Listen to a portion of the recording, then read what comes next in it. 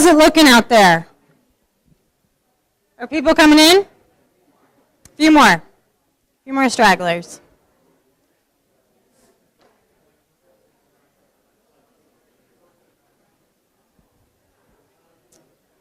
Hi.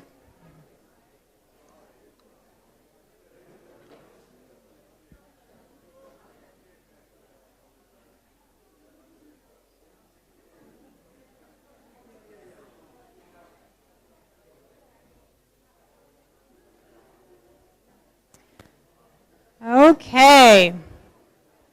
Hello, welcome.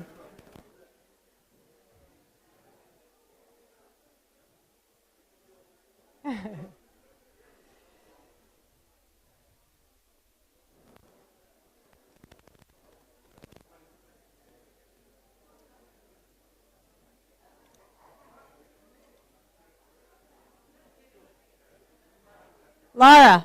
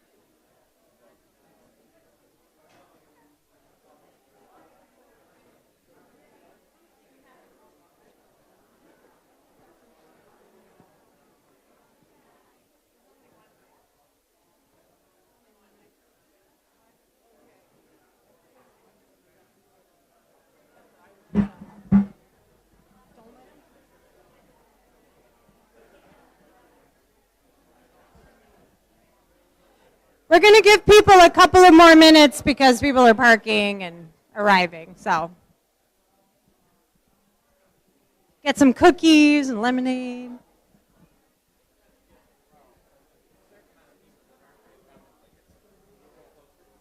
It's true. It's true.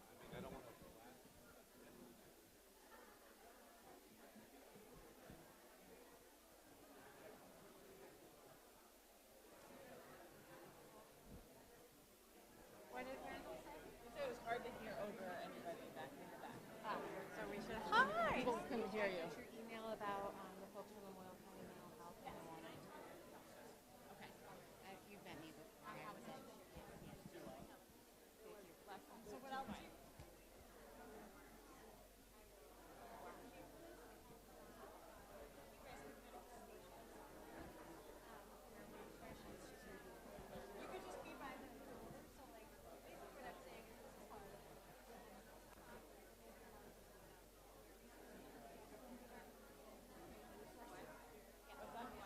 There's a general open guest. Open? Guest open.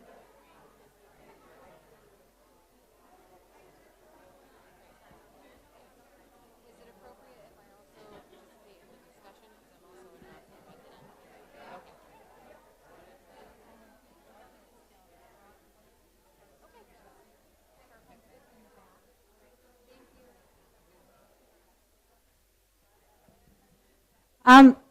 Can everybody hear me at this volume? Loud. Is this good? Oh yeah, you guys are quietening down now. Quietening down. Okay, what do we think? We feel ready? So I think that people will continue to come in, and you're welcome to come in. There's no penalty for being late, other than you have to sit in the front row and be closer to me. Okay, welcome and thank you for being here this evening. My name is Jessica Savage, and I work for the Vermont Council on Rural Development, or VCRD. VCRD is a neutral convener of community processes in rural communities around the state. We are actively nonpartisan. We are an independent nonprofit, and we are here because you asked us to be. Our job tonight is to be your facilitators, to create the process that is happening tonight, but tonight is all about you. Okay? And tonight is not about me either. I want to take a minute, because we always forget to do this, and introduce our staff. So I'm not alone. I'm here and joined by Laura, Kevin Bailey, Jenna Koloski, and Lauren Brady over there. Later on during our Zoom session, Alyssa Johnson will be facilitating as well. Tonight we're also joined by the Community Resilience Organizations. You guys are all back there. Hello. They're going to say hi later. Mindy and Jess and Lena and Sister Sankofa are here with us tonight. We also have some folks from UVM. If you want to raise your hands. UVM folks, they are your scribes. So you don't have to worry about taking notes or anything unless you want to. They're going to take them all for us. So thank you so much for doing that. It's such a vital role. I'm also joined by a visiting team. Welcome. Come on in. Take a seat. A visiting team of state and regional resource providers, folks from different agencies of government, different nonprofit organizations, and they are here to listen. They're just going to listen tonight most of the time. So if you want to pull them aside and talk to them, you're welcome to, but they are here to actively listen to you. Okay? Let's see, I covered everybody. I just want to also say for a minute that this event couldn't have happened without a lot of other Johnson residents getting the word out. Hopefully you saw this 6 Ways to Sunday all around town, heard about it on Front Porch Forum, saw the banner, and that wouldn't have happened if it wasn't for our dedicated local volunteers. So thank you. And they made all the things that are happening tonight happen, so I just want to thank them as well.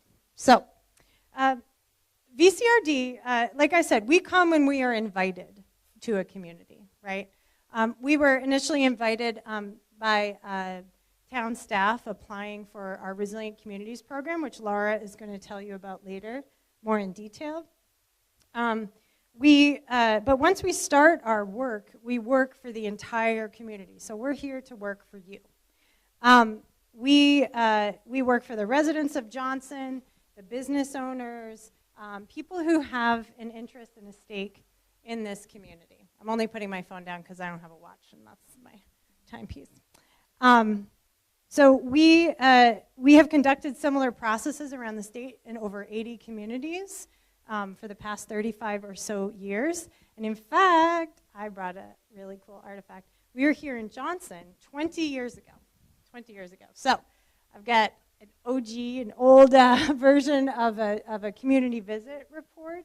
I'm happy to let folks look through this, where some of you maybe have even participated. Yeah, right. Some folks are here and participated in that process, right? So we've done similar convenings, like I said, in about 80 communities around the state.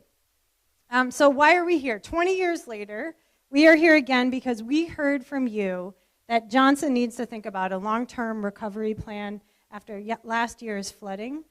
And even 10 days ago, I think we all got a wake-up call reminder here as well. I was talking with folks who were feeling pretty nervous, and definitely Vermont is in a cycle of this kind of reminder that we need to be thinking about long-term how we want to deal with flooding. So that's why we're here tonight.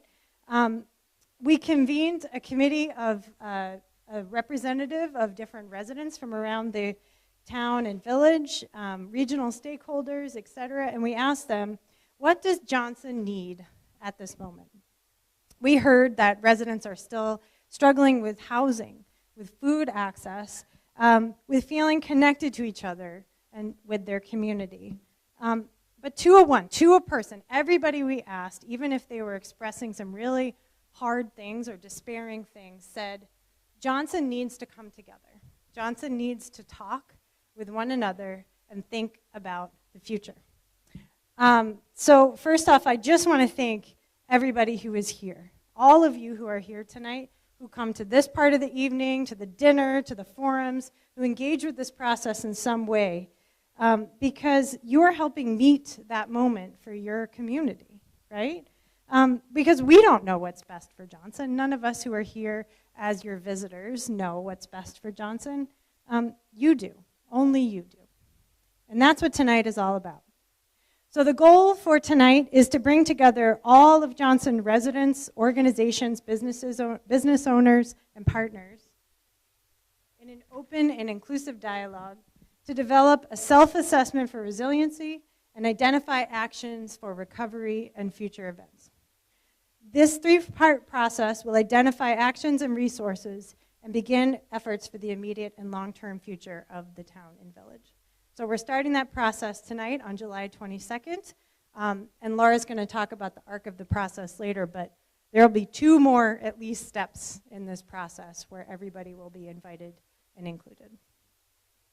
So I just want to take a moment to maybe ground us a little bit.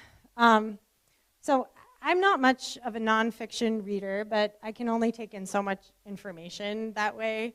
I also can't read because I have young children and a full-time job. And so I listen to books. And I listen to books when I'm running or cleaning the house or something. And nonfiction is one genre that is hard for me to listen to that way, but I've been slowly making my way through a book called A Paradise Built in Hell: The Extraordinary Communities That Arise in Disaster. Apologies for using a word that some people don't like. My great-grandmother would be very disappointed in me. But it's by Rebecca Solnit. And the book is really about natural and man-made disasters and the immediate and longer-term aftermath. In this book, Solnit says, horrible in itself, disaster is sometimes a door back into paradise, the realm in which we are who we hope to be, do the work we desire, and are each other's sisters and brothers' keepers. So tonight, while each of you may have a very different personal or professional experience with last year's flooding and the flooding that was almost a repeat 10 days ago, we welcome all of your perspectives, and we invite you to imagine or reimagine Johnson, as the Planning Committee so aptly called this process, a future in which we are who we hope to be. Before I run through our agenda for the evening, I'd love to just pause for a moment and recognize that tonight, while we're talking about challenges, opportunities, doing a resilience assessment, et cetera, things might come up for you. Or maybe you're dealing with big emotions, challenges right now. This can be hard, right? This can be a moment where you might have some big feelings come into the room tonight. Like I say to my kids, big feelings are welcome. That's okay, they're happening. But we do have some folks available tonight if something comes up for you. So first of all, this is all challenge by choice, as we used to say in the high ropes course that I worked at. You don't have to speak up in any of these forums, but you are welcome to. And I hope if we're doing our job tonight, you feel that welcome to speak up, right? You can participate through written surveys. We have them on the table. You can participate online. You can participate in the way that feels right for you. But if during this evening or any of the future nights from now, if something's coming up for you, we want to make sure you have the resources you need. So there are some on the table outside that were provided by Lamoille County Mental Health Services. And we have 2 folks here, Donna and Sherry, who are in the back of the room there. And they are your physical human resources for tonight. So if you need some support or you're curious about getting some mental health support in some way, shape, or form, they're here for that. So you can pull them aside and you can find a quiet space to have a conversation. And they'll be here all night, I think, I hope. Okay, so I'm going to pause there, and I'm going to say, we're also here to just focus on our own experiences, right? So everybody might have experienced the flooding very differently. I assume that's the case. It happens in every community, right? It might have been very personal. It might have touched your own household. It might have touched people you love and care about. Or it might have touched your business. It might have touched your livelihood. It definitely touched the entire community in one way, shape, or form. And everybody's experiences, regardless of what they are welcome here tonight. So we ask you, though, to focus on your own experience of flooding, the response, and the recovery so far, so that even when we're talking about challenges, we're framing it in a way that really keeps the conversation productive, if that makes sense to everybody. So our agenda for tonight starts by talking about the post-flooding response and recovery so far, like I said. We're going to talk about what has been challenging or difficult with you. Usually when we do this kind of an activity where we start with the bright spots and assets and challenges. But I think given the gravity of what we're talking about, I think it's okay to start with what's been hard, okay? And then we're going to move on to what has been some bright spots. What have you noticed as an asset or an opportunity since the flooding last year?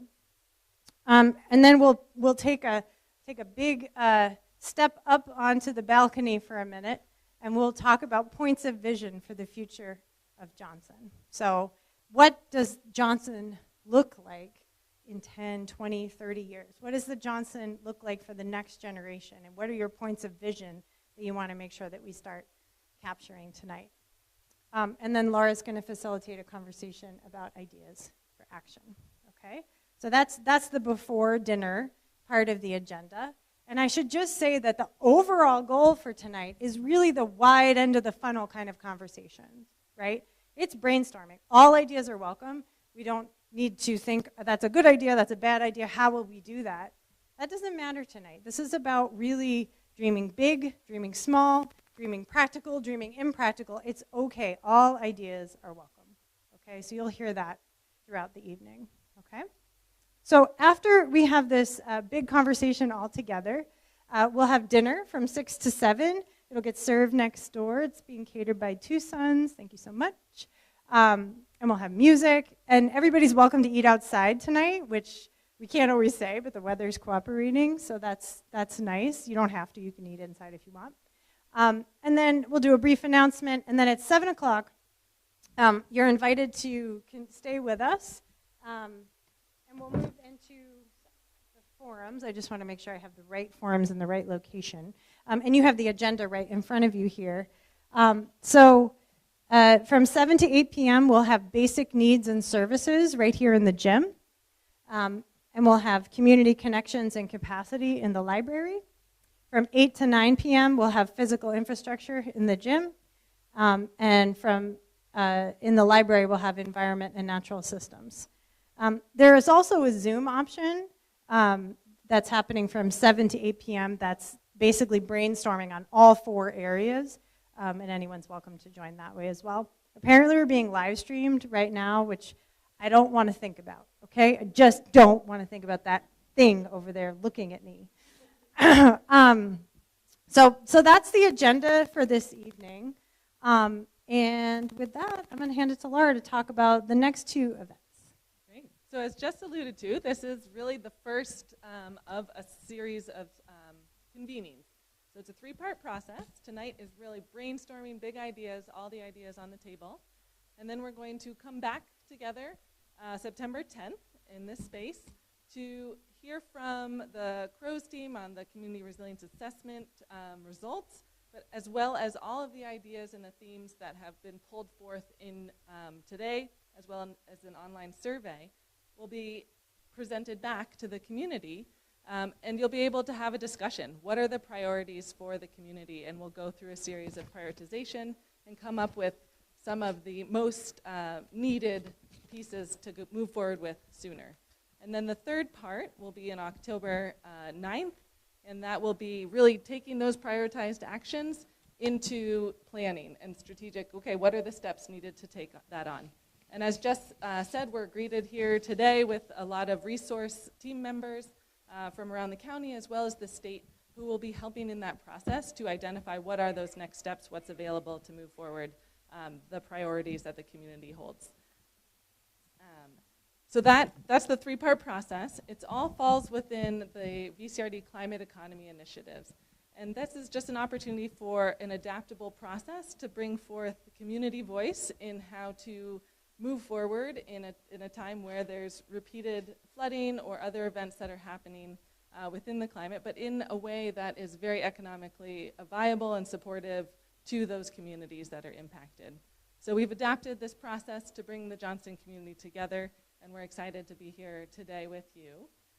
And as a part of that adaptation, we are working in tandem with the community resilience organizations, or CROs. If you hear us say that acronym, we'll try not to use acronyms.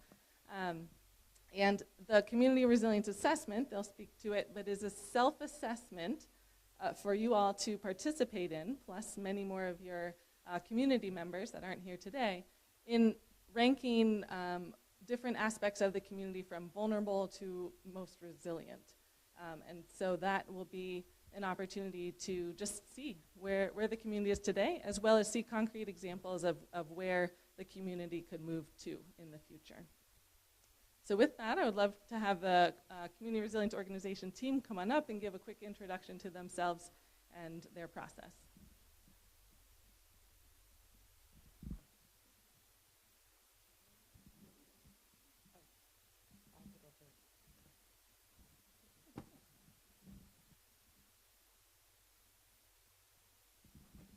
Hello. I don't often use the microphone, so am I screaming? Okay, I'm trying to speak like quiet for me. Hi, my name is Jessica Laporte. I identify with she, her pronouns, and I'm one of 3 co-directors of community resilience organizations. Sister Sankofa and Lena, you can raise your hands. Hello, woohoo. We are a small but mighty nonprofit that works across rural Vermont to support and enable community members to make their communities more resilient. We're really dedicated to climate justice in Vermont, and a key element of that is racial justice. I joined Mindy back in 2021, co-leading community resilience organizations, and she's back working with us tonight to help us to bring this community resilience assessment into the VCRD process. CROS is a nonprofit that works with a number of different projects across the state. We are grassroots, we are activists, but what that actually usually looks like are community gardens, herbal medicine being made available for free, community caregivers who know the people who are in need and tap their neighbors to meet that need. And a lot of what we do as a nonprofit is make nonprofits accessible to more people. We do that through a process called fiscal sponsorship. So we work with a leader who maybe has something they've been doing out of their own pocket. Maybe they have a vision for having a free clinic day or something that hasn't yet come to their community. And we work to open up the spigot of the nonprofit funding. That's basically it. And I have the honor of working with these leaders every day.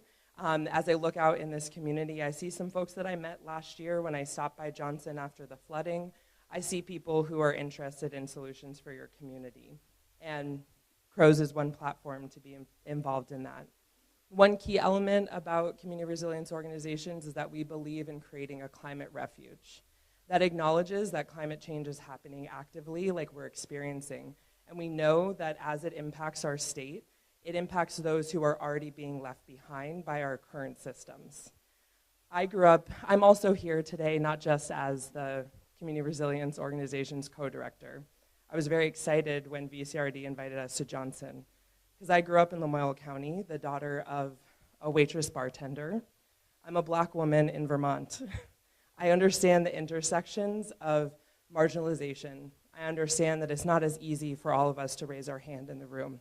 And I think our organization is all about that. And the Community Resilience Assessment is one tool that we use to really bring out each other's perspective on how our community is doing. So I hope to connect with you all tonight.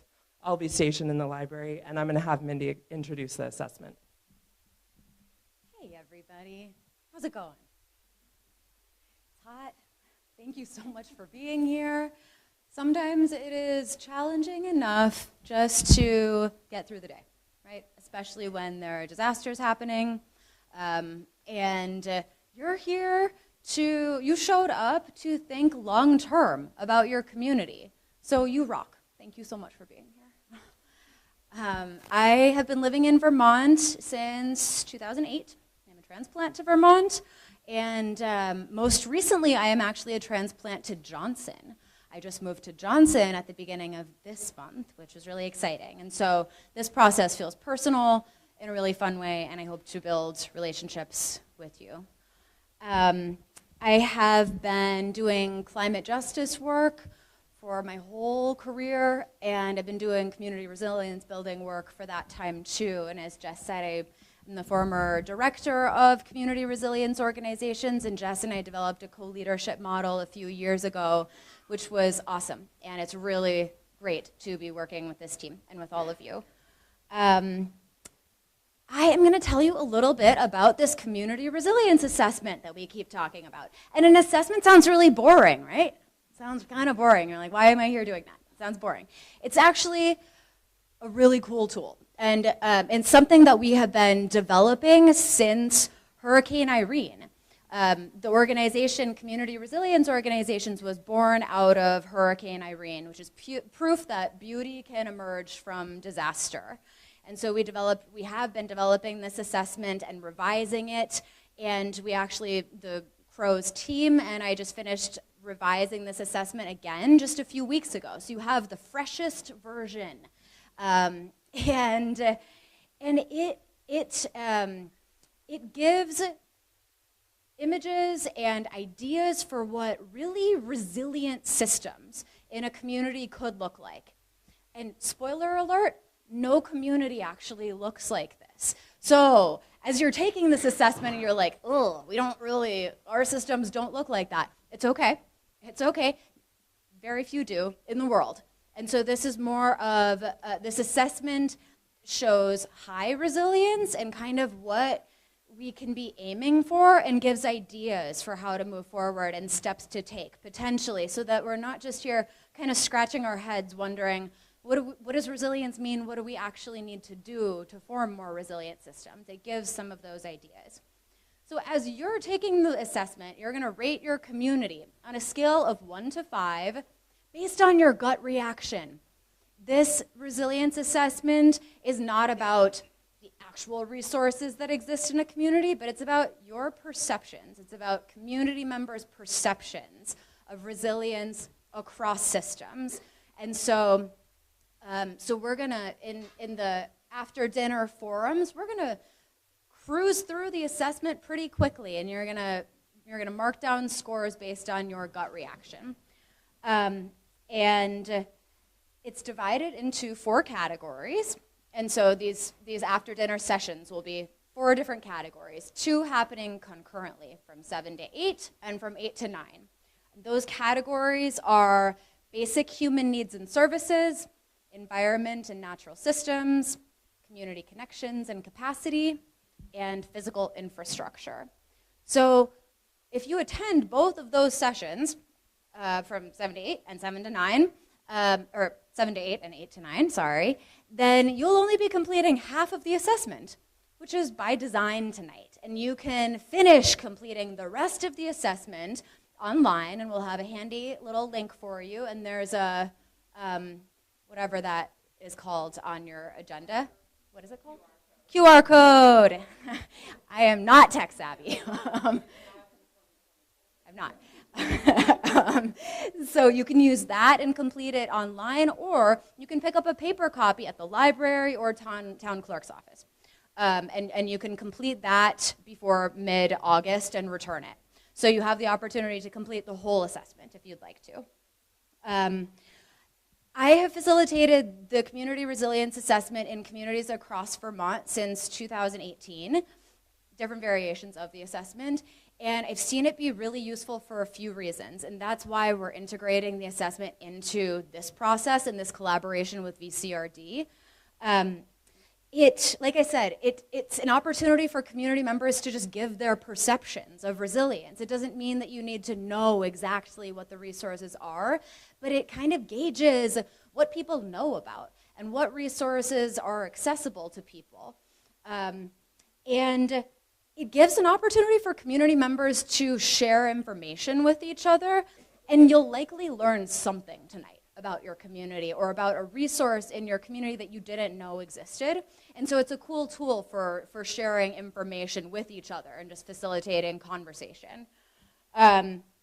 It helps people envision steps forward where they're like, oh, I actually really like that idea and I'm interested in that. And so it plants seeds. It helps people feel empowered to take some action.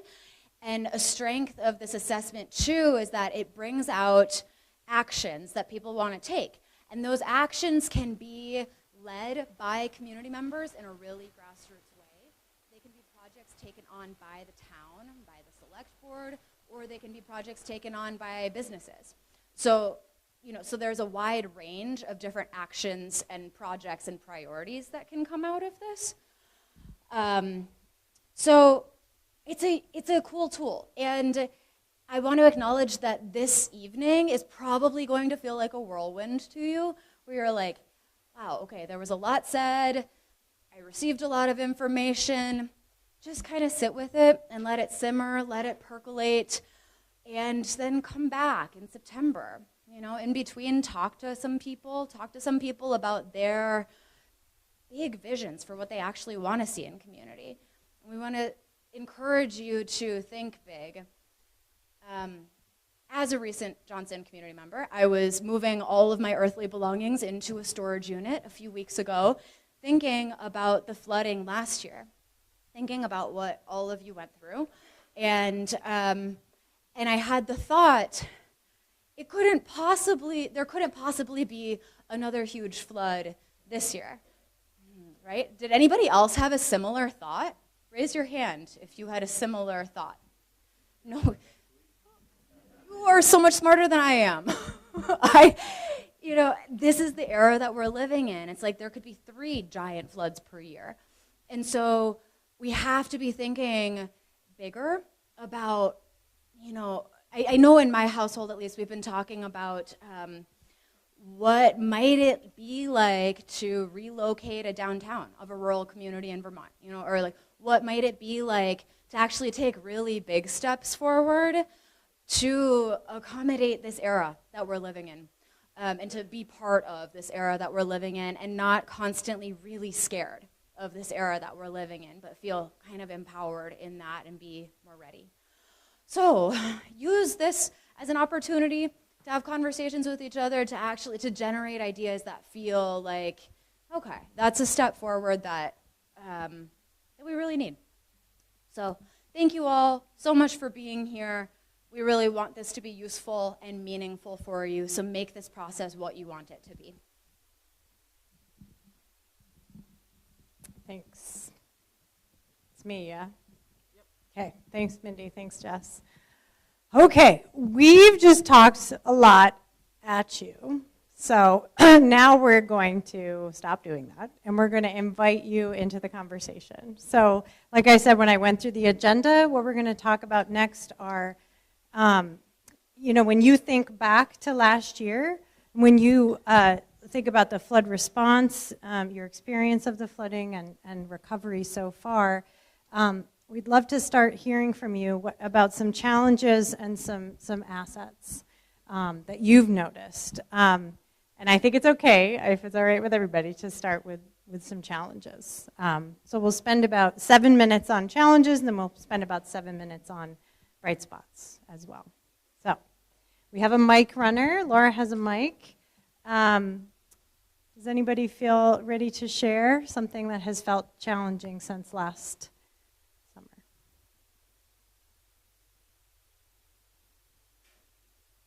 Got a hand in the back over there, Laura, do you see it? And one over here. I'll try to keep track of whose hands are raised for Laura. Great. First thing that pops into my mind is not having a grocery store in town. That has been very challenging. Yep. Yeah, not having a grocery store. Yep. Over here. I was going to say grocery store. Grocery store. Yes. Yep. Up here, Donna. I guess just environmentally, just to help mitigate with flooding, we need some environmental work. Yeah. Thanks, Donna. And we really want, it's okay to just be in the what's challenging right now, and we'll get to the ideas for action later, I promise. Yep.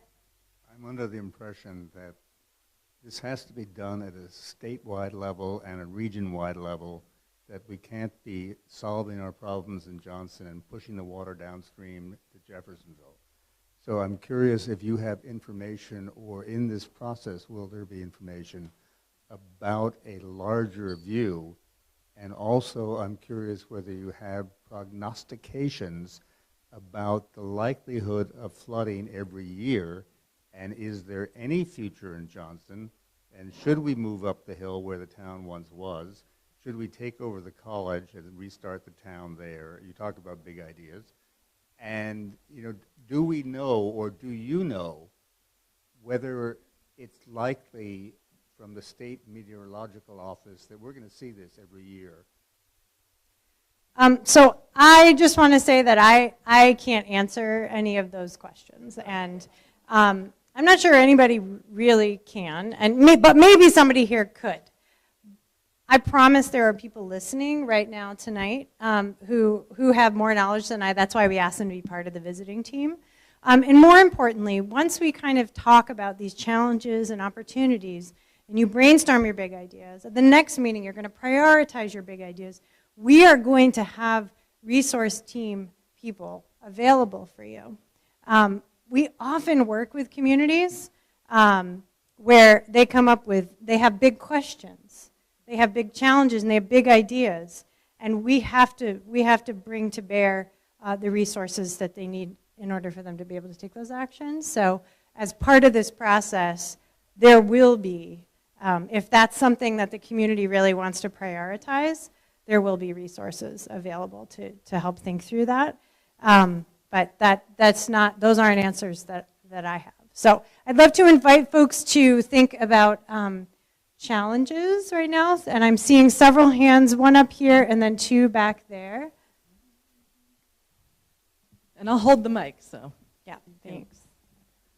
One challenge is that the NOAA hydrograph predictions are not accurate for what actually happens, and I live on a road where I get trapped. So additionally, not having one map that shows all road openings and closures. So we have a map that shows state road closures, but it's not aligned with the town road, so I don't know where I can go and when I can get home or not. So those are two challenges. Those are two big challenges. And we do have note takers recording everything that everybody's saying here. Yep. Hi. It was very difficult to see sort of the housing inequities worsen in town. It felt like the folks who were kind of at the lowest point economically were also at the lowest point physically, and so therefore had sort of some of the worst flood damage. Yeah. Yeah. Up here, Laura? Adding on to that, the fact that when we're seeing the FEMA buyouts and the housing disappearing, and the two things, the loss of friendships, the loss of community, but then on top of that, the extra burden of the taxpayers who remain to try to make up that money that the town needs. Yeah. Yeah. Challenge of buyouts. Over there, back in the back. And if you have a question on deck, you can keep your hand raised, and I'll. So I'm seeing like a lack of generational turnover. It's like all the organizational heads seem to be older, right? And they're almost to the point of like skipping a generation where we're having like 30-year-olds stepping into leadership roles, and the 40 to 50-ish group is almost being missed. And like, who's the next group? Is it going to, like, where is the next turnover? And we're right at that generational switch, but it's unclear who's going to take the next leadership role to reimagine. Mm-hmm. Mm-hmm. And I'll say I'm very concerned with what's happening up at the college. It really affects the nature of our town. And if that college, last I heard there was 180 kids on campus. That is not sustainable. Yeah, yeah, challenge with the college. Any other hands? Great, Laura's going back there and then up here. Mm-hmm. Mine is that the local emergency response teams make decisions, and these are people who are not trained in reading river gauges, understanding water flow, understanding anything architecturally or structurally, engineering-wise. You really have civilians making decisions that should not be uninformed decisions. So that is my challenge. Thank you, Beth. I saw a hand over here as well, and right here in the front when you get a chance, Laura. Hi, having been the director of the Adult Daycare Center in Morrisville for years, I'm partial to elders, and I'm just thinking that if there is a critical event that puts people at risk of being able to get out of their homes, that it would be important that maybe there would be a map, a location map, where anybody who deems that they might not be able to function and would need help in a situation like that could be put in place. Yeah, so a challenge is we don't know where some vulnerable people are. Yeah. Up here? Hi. I think that we could benefit in a general way from having better access to information. For example, when we're looking and trying to think ahead about climate change, we need to know what the forecasts are for the Northeast. And that information is hard to find. And for example, a lot of us are concerned still about COVID, but information about COVID is now hard to find. Nobody's talking about it. We used to get information from our friends, and we find that our friends aren't keeping up with it anymore. I wanted to get information about river flooding in Vermont, and there's a form called something like River Flooding Inquiry Form, and I found it, and then the next day I wanted to go back to that form. I put it in my computer, and I couldn't find it again. So if you had a question about river flooding, there was a place you could go to inquire, but I couldn't find it. Yeah. So I think what a community needs is some kind of way of having access to general information. And I don't know how you do that. Yeah. It's really confusing a lot of times. Yeah, so it sounds like it's challenging to get accurate information, and a bunch of people have brought up similar themes there. So maybe one or two, and I'm going to name. This is going to feel super short tonight, right? We could spend a lot longer on this, and we will. We will spend time getting deeper into the 4 topic areas after dinner. So if you don't get a chance to get your idea out here, just know that after dinner, those forums are going to be places to go deeper into this discussion. And there's an online form and a paper survey, so if something doesn't come up tonight, there's plenty of ways to make sure that your comments are heard. Laura, 1 or 2? We'll do 1 here and then 1 over here, and then we'll move into bright spots. The loss of jobs and how that continues to deepen the poverty cycle. Yeah, thank you. 1 more? I'm sorry, you're right here. Our village sewer treatment plant is in peril. Yeah, village sewer treatment plant. Okay, I know there's a couple other hands, but we really, just for the sake of time, and maybe you could think about, you can do a twofer, right? You could do a challenge and a bright spot if you want to do 2 together. So I'd love to hear, it's hard to notice everything you're noticing. What have been some opportunities, bright spots, or assets that have become clear to you since last year's flooding here in Johnson? Anybody want to go? Jonna? I think the college is a great asset, and I just graduated with a class of 500, and I know that a lot of people don't want to actually come here due to the fact that there's no businesses or anywhere for the students to actually go and do stuff at. So I do think that the college was a very good asset to me this past year. Yeah, thank you. Others? Bright spot? I'm very impressed with the community and how quickly everybody came together to help each other.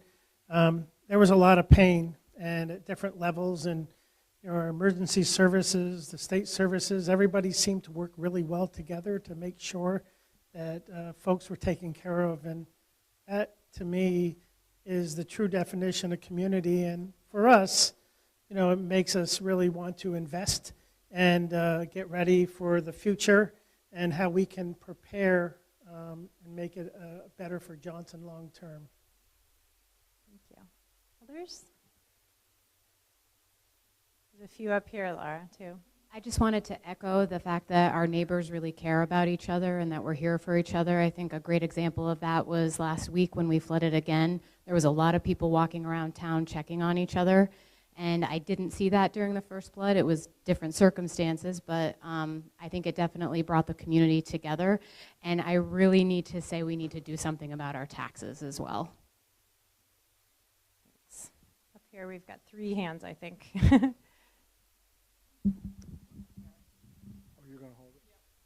I'm really impressed with the rollout of fiber internet in Johnson. I mean, they've been stringing cable, and I think they're doing a marvelous job. They clean up as they go. They're just doing a beautiful job. And I'm looking forward to high-speed hardwire. Great. Yes, Laura will hang on to the mic, so don't be offended. So we had some comments about the volunteer fire department, but I just want to say the willingness and the strength of our fire department was pretty outrageously wonderful.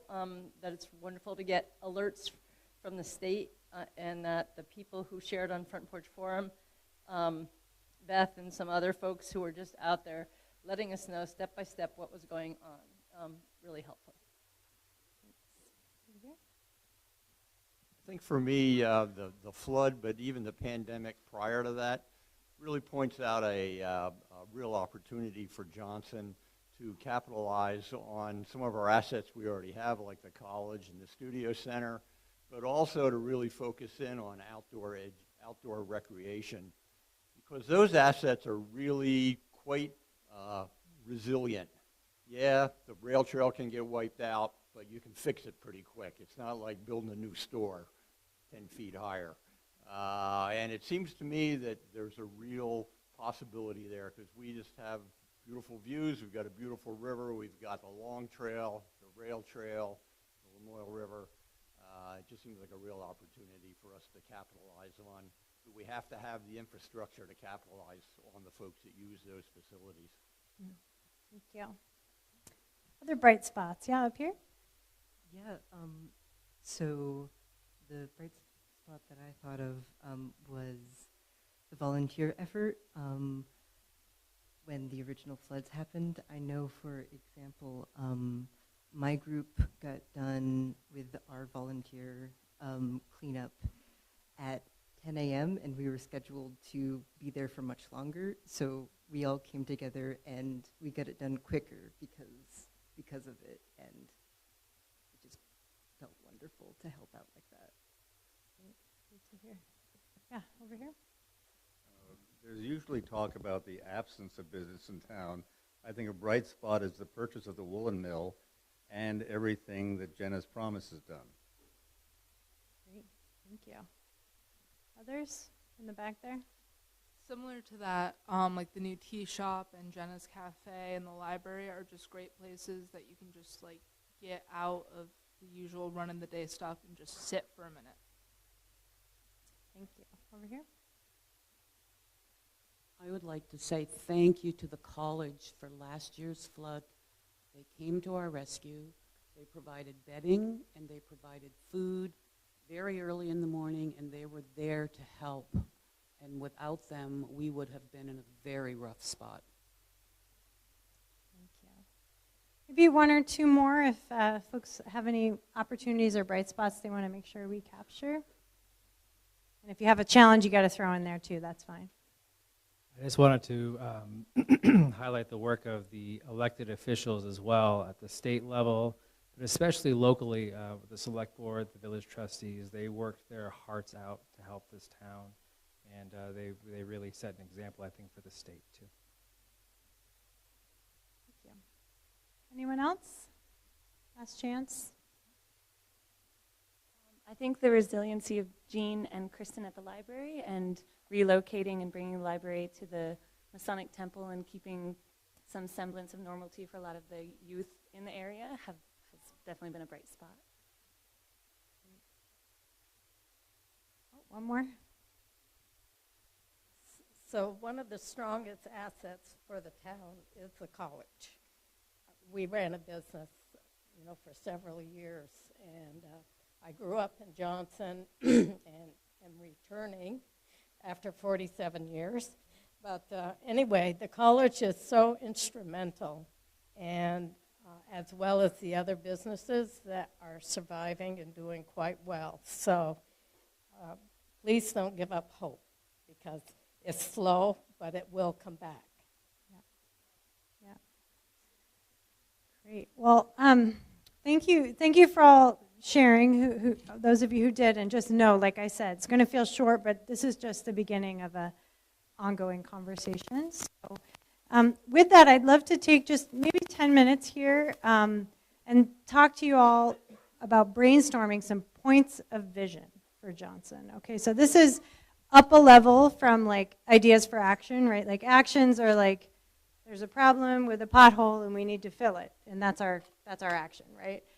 This is like the Johnson of the future, right? So your community, what it looks like, what it feels like, what it sounds like. An example of that might be the Johnson of the future has really safe and calm streets where people can walk, right? That's an example of like a point of vision for the future. So this is an experiment where we're doing this before we get to ideas for action. So hopefully you can join me in that headspace of like starting that process. And I'll just say that we'll take whatever we hear in terms of points of vision here. We'll ask for some more online. And then when we come back to you in a future meeting, we'll have you decide which of these points of vision feel accurate. And we'll keep 10 or 15 of them as part of your final report. It'll look different than the 20-year-old one, I promise. But it will be sort of captured so that you can look back maybe in the next 20 years and see what you thought. So does anybody have a point of vision for the Johnson of the future, 10, 50 years from now? What does Johnson look and feel like? Yeah. Oh, sorry, microphone. Yeah, thank you. I feel like startup businesses for helping people to be able to basically create a livelihood for themselves, but also like an incubator kitchen where we can give people the skills for culinary and also to do their own catering, things like that. So creating the opportunity, maybe venture capitalists, bringing that in, and maybe they're not necessarily in a brick and mortar, but they could be in a structure that can travel and work wherever they need to. Sure. So I think that's a really great idea for action, right? And I'm not picking on you. This is hard. This is hard to get up to that level above that. So, but what does that look and feel like? So when you think of maybe it's like there is a resilient local economy with lots of opportunities for business and meaningful work or something. Like, could you, in your own words, maybe go up a level or think about it, and I can come back to you? Yeah. Sure. Okay, great. Thank you. Basically a community space that is a collective for people to be able to create their own income, and also it's like a skill share. People can come in and use the space, and it's here for the community, and we can all build together. So, yes. So, great. We'll take it from there. But I would say it's less about one space. It's less about one thing or a place, and more about what the whole community looks and feels like, right? So, I'm not picking. This is hard. It's hard to do. So, think about it. We'll come back to you. Yes.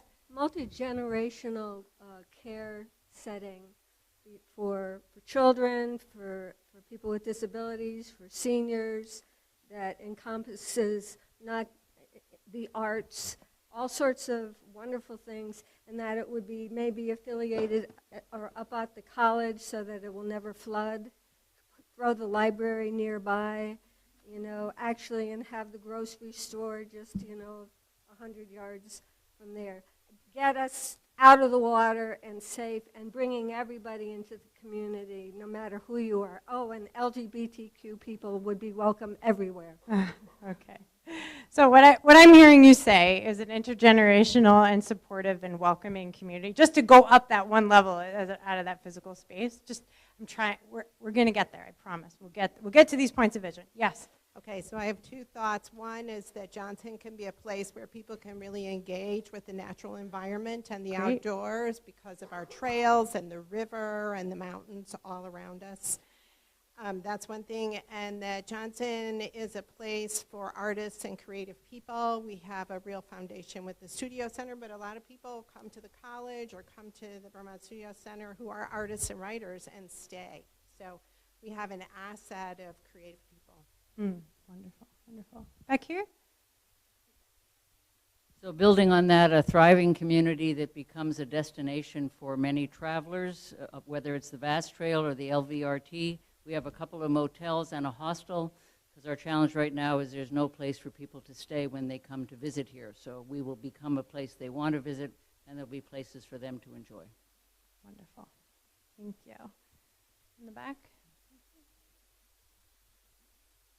A place where people can afford to live. Yeah. Yeah. And I heard and want to live over here added. Yeah, a place people can afford and want to live. Is that an okay amendment to your point of vision, Sherry? Okay. Self-sustaining, feeding itself, powering itself. Yeah. So the Johnson of the future is self-sustaining. Yep. Others? I see a hand over here in the front, Maura. I can't believe I'm saying this, but I want to stand in line again at a grocery store with 5 college kids in front of me, fooling around, and I'm in a hurry to get out of the store. I don't know what that point of vision is there, but I love that. That is a visual vision. I love it. That's great. Right? Yep. Partially building on what Eric said about outdoor activities, and somebody else said it as well. About 20 years ago, maybe, Johnson was listed in a book of the 100 best art towns in America. I think the idea of, instead of asking the college what they can do for Johnson, if Johnson went up the hill and said, look, why don't you redesign the college and make it an art center and use the studio center and use the outdoor recreation, and instead of trying to make a town that supported itself by businesses in town, we brought people in by connecting all the things we already have. Mm. Yeah, so I hear you kind of did both an idea for action, like there's like a real thing you could do, but a vision in there. I'm almost hearing like, and I've heard this a couple of times maybe, like the Johnson of the future really capitalizes on your art scene, your art, you know, the place that this is a big attractor for the arts, right? And then I think there's a practical idea in there. We're capturing it all. It's okay. It's hard to stay in the points of vision space. Yes? I would love to see Johnson as a place that draws people from all over to come and study at a fabulous state college and then decide to stay because it is a vibrant, connected, beautiful, artistic community. Nice. Thank you. And I would also like to see it be a place where people who were born here and raised here can afford to stay here and build their life here. Mm-hmm. I know you don't want to talk about the physical, but I would love to see not just the art center at the college, but to have a village center at the college and actually have housing around the perimeter of the loop, different types of housing around the perimeter of the loop to help with the affordability, to help with the access to services and food and all that good stuff that we need, to have power generation all coming from the hill and connecting that to the village entities that we already have. And I would love to see our very low-lying areas be raised so that we have parking. Yeah, I'm getting the sense the audience really wants to move into the ideas for action, Beth.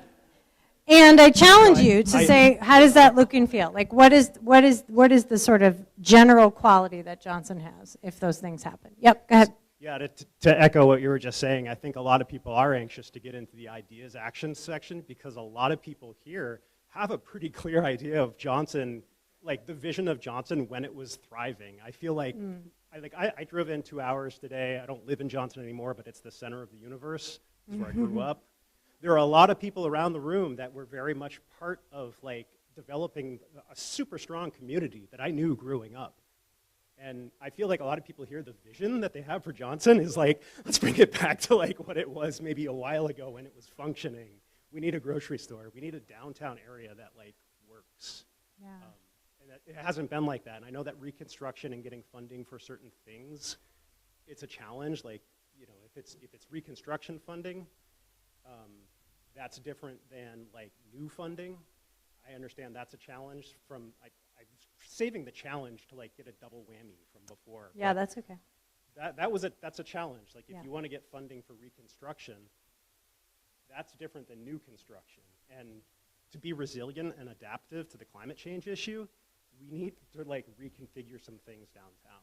It needs to look different, and if you just keep going to like the reconstruction funding channel, it doesn't work. You need like another channel, and maybe there are hurdles and challenges, but we got to jump over those hurdles or find a way around them or something. Yeah, Because yeah. that's the So, vision. yeah, no, and I appreciate that. I think it was like that was like all things together. It was like a point of vision and an action and a challenge all together. So Laura's going to facilitate this next section. So I'm only going to invite people who want to talk about, if you have a point of vision, go for it. Otherwise, we can pivot. Yep. A place where residents of various different mindsets can get together and have fun together and be creative together and communicate. Nice. Thank you. I want to live in a Johnson where everybody is just nicer and treats everybody fairly and equitably, and we can enjoy the wisdom of people who've been here for a long time, but not at the exclusion of the wisdom of people who chose to be here more recently.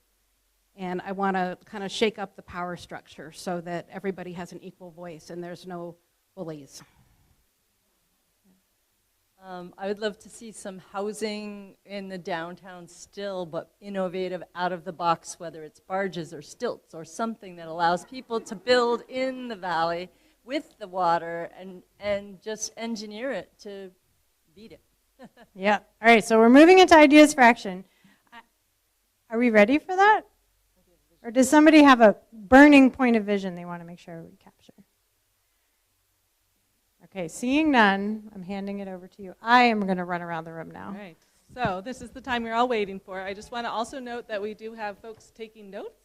So if your point's been raised, it's in the notes, and we will go from there. So what ideas for action do you have for Johnson? I'm going to start here, and then I'll go back. So I'm an MFA student at the college, and I really would love to see closing of the gap between the college and the town, along with a more like robust transportation system, because it can seem very intimidating when you're up there at the top. There's like this huge separation between up there and the town. Other I just graduated from Vermont State University with environmental science, and I do believe that wetlands can be a form of mitigation, as well as house beavers, which are natural dam builders, and that'll actually build a framework for us, Jefferson and Cambridge, to slow the water as it goes, and it also naturally purifies water. Great. One in the middle, and then one in the back. Yes, I'd like to answer one of John's questions from a little while ago and talk about something that is going on in Johnson now, and that is a very small committee, probably the world's smallest think tank, consists of two people, Eric Osgood and me. And we have figured that Johnson's problem is really relatively simple. We've got too much water at certain times, and we don't know where to put it. And anything that we propose to do here is going to affect people both upstream from us and downstream from us. And so if we're really going to approach this problem, we have to deal with the entire Lamoille River watershed, including tributaries. And Eric and I have been attending LCPC meetings and working with them, trying to work up a map or a design of which towns are involved in our problems and their problems as well, with the idea of coming up with a plan possibly similar to a very small Tennessee Valley program to deal with the whole watershed. Yeah, I heard an action in there to That is continue in that action work. now. Yeah. Jess, there's one in the back.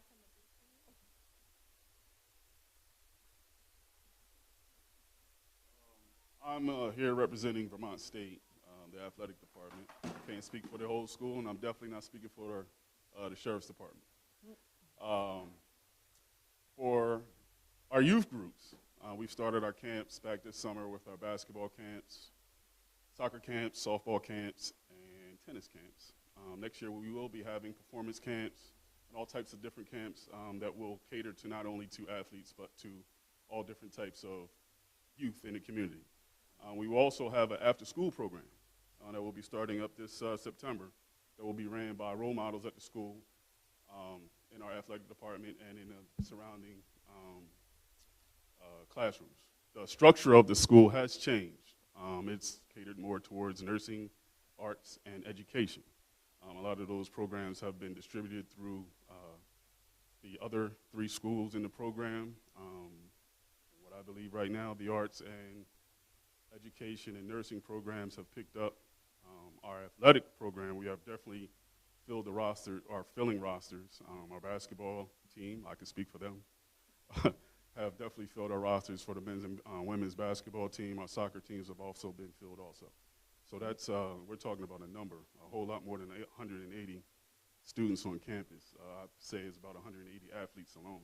That's a great update. Are there ideas for action as to how to ideas for action, bring yes. this Some of those together? ideas for action is getting our student athletes involved in the community, and that is as role models. Working with judiciary, child advocacy groups to develop this role model program where our students, athletes will be working with students in the community, working with DIFAS, child advocacy, working. It'll be very similar to a boys and girls type style programming where our student athletes and other students on a campus will be involved in the community, taking students out for respite or just hanging out on campus. We have been working with community leaders and other folks trying to get other sports, esports. We have, I spoke to someone about, what is it called? Drawing a blank of what it's called, but the robots they put in the sky. Drones. We're drone camp. So we have a bunch of developing programs at Johnson that do cater to the community. I've spoken to a lot of community leaders and have been a part of the community as a whole, and I have seen from, I mean, obviously I'm not from Vermont. I've come from Philadelphia and been transplanted from Vegas, Florida, and all different types of places where I've been coaching before, and this is probably one of the closest communities that I've actually lived in. I was in Florida for a hurricane, and I swear there was literally mayhem of people fighting over gas and water, and when I saw barbecues lighting up and people actually walking around the community actually helping people, when I was as an officer helping bring in, we actually used the Vermont State vans to bring people up to the Red Cross. So the sense of community that I have received and the sense of community that I've actually witnessed is unbelievable. So that has inspired me to get the school involved because of my involvement prior, to get the school involved and partner to bring more community work and more of our school into the community. Thank you. There's 2 here. 2 here and 1 over. Keep your hands high, too, so we can see you. Could we possibly dredge the river? That is an action. All right. I would suggest that we work on capitalizing on the Lamoille Valley Rail Trail with hostels, camping, bed and breakfasts, food places. I think that we should be mapping our gravel roads for biking, and I really would suggest to our select board that they look at the Cotting Hollow Road, which is absolutely tremendous, and make it traversable by all kind of bikes. It would be a super attraction. And I would suggest that we look at on our places right now where we have a Journey's End, we have parking, but there are lots of other places where people would want to stop and enjoy, but they can't. Just there's. Yeah. Oh, okay. Just to follow up, so a lot of folks have actually come to us and said, why not actually look at other communities that have dredged the river? And that sounds extreme, but there are actual communities that kind of like, I think Eric Osgood and this gentleman mentioned, will actually have annual support crews go down the entirety of the river. So it's not just one problem. And that actually worked really well in a neighborhood in New York that we know of. Don't know how feasible it is here. There's two against the wall there. Two against the wall. Okay.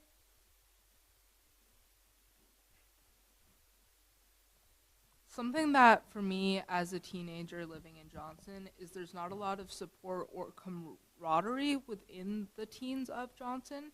So just some sort of like group or support, or maybe like peer mentorship with the college if we wanted to get college students involved, that would be pretty cool. I would love to see some sort of a plan, development of a plan for an evacuation for a community, for like similar to places like Florida when they have a hurricane, people who are closest to the river, they're, you know, group A.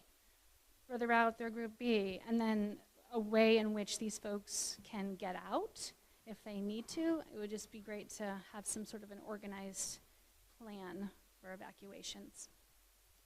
Great, and I do want to mention that there is an opportunity to put in your ideas on our website too, the Reimagine Johnson bit.ly page, which you can see at the bottom of the agenda. So if you don't feel like speaking up, there are other ways to get your voice into the conversation. I think we've been through a lot of deconstruction with the flooding and everything going on.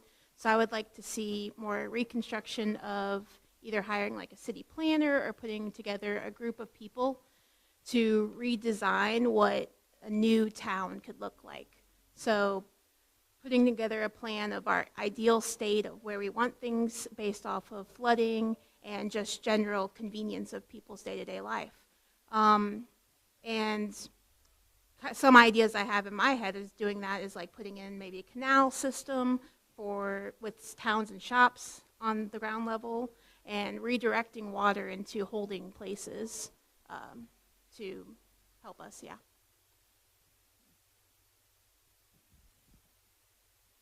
Hi. I wanted to just kind of talk about what I see as two huge assets, and I'm relatively. It would be ideal for the town and the village to merge in order to prevent having to pay two taxes, village taxes and also town taxes. Yeah, there's a couple in the back. There was a person there. Oh, yeah.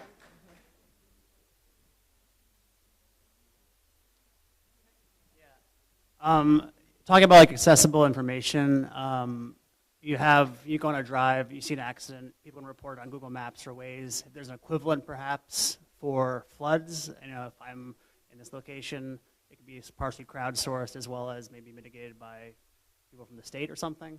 I think also just in general, we're kind of really just relying on Front Porch Forum for so much information, and there's only so much interaction and customization there, and I feel like there needs to be like a Johnson and then like a Lamoille almost program or some sort of community that is, yeah, again, sourced by the people who use it. In the back. And then we can have time for a couple more. I'm wondering if the town could work more with management companies like Alliance Property Management or Lamoille Housing Partnership to build more affordable housing. In addition to working with RCT to help out with our public transportation. It's been offered in our town and it hasn't had a huge success rate, but I think we need to keep trying and try different ways because that is one way that people have access to employment and other resources while they're navigating rebuilding from the flood. Oh, there's one right behind you, Jeff. Sorry. I really appreciate Tuesday Night Live. I grew up in Virgins, and we didn't have anything like that. So coming here was really cool and surprising to see the community. And I think the greatest resource that we have is the community, the people, and the power that the people hold. So just more things like Tuesday Night Live, more community connection. One in the back, and then these two. Yep. a quick question. Is Parmelo being represented here tonight? Because they own a big chunk of downtown, and they should be involved.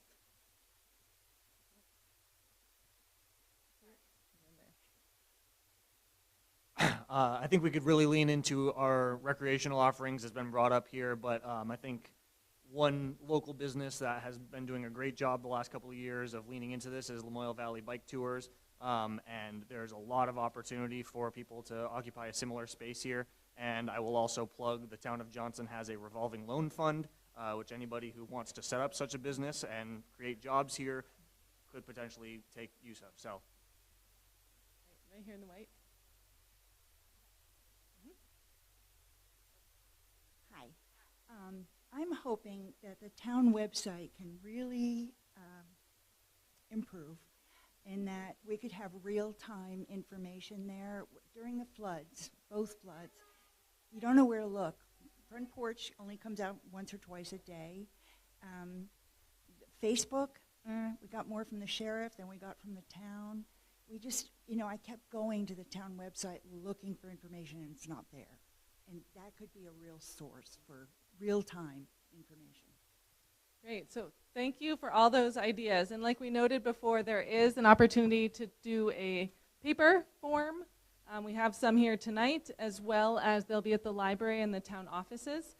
So you can write down your thoughts, as well as on the website, there is an intake form there that we are collecting action ideas for Johnson. So please continue to think about it, continue to share your ideas. And then on September 10th, when we come back together, all of those ideas are going to be compiled into themes that we're going to bring back and discuss to then prioritize which ones the community sees as the highest priorities. So we are going to pivot to the next part of the evening, which is the dinner, the community dinner. So that is going to be served in the kitchen. But before we go there, we also want to seed your thoughts for the after-dinner forums. So there are going to be 2 concurrent forums happening. You can, again, share your ideas in any of the forums. So go to the one that you're most interested in, but also know that any of your ideas can be welcome in any of them. So the first one is here in the gym space will be the basic needs and services. And this is meeting baseline physical and community needs, such as food access and equity, water, energy, healthcare, housing, safe streets and communities, plus, right? So those are just some of the ideas that are encompassed there. And then the first ones right after dinner in the library are the community connections and capacity. So that's relationships, resources, and structures that promote equity and enable residents to thrive together. Some examples are civic engagement, community involvement in town planning, communication and transparency, support for people in crisis and recovery, community belonging, community preparedness, shared learning opportunities, and the future of the college. So those are from right after dinner from 7 to 8. And then from 8 to 9, here in the gym will be physical infrastructure. So those are roads, bridges, culverts, utilities, transportation, emergency planning, cell service. Again, the future of the college, housing, and public and private facilities and buildings. And in the library, from 8 to 9, would be the environment and natural systems. So this is waterways, ecosystems, health, land use and conservation. So rivers, floodplains, sensitive natural areas, land use and recreation, flood mitigation, agricultural lands, ecosystem, health, and safety. So that should give you an idea. And on your agendas, it tells you again where those forums are being held. So join us back at 7, but for dinner, we're going to serve through here. Yes, and the best way, yes, you should dinner. Do what you need to do to be ready for dinner. You're going to go, the best way to go is out this door and then in that way and make 2 lines, okay? They're the same food in both lines. Okay, great. And then we have seating outside as well as some in the space.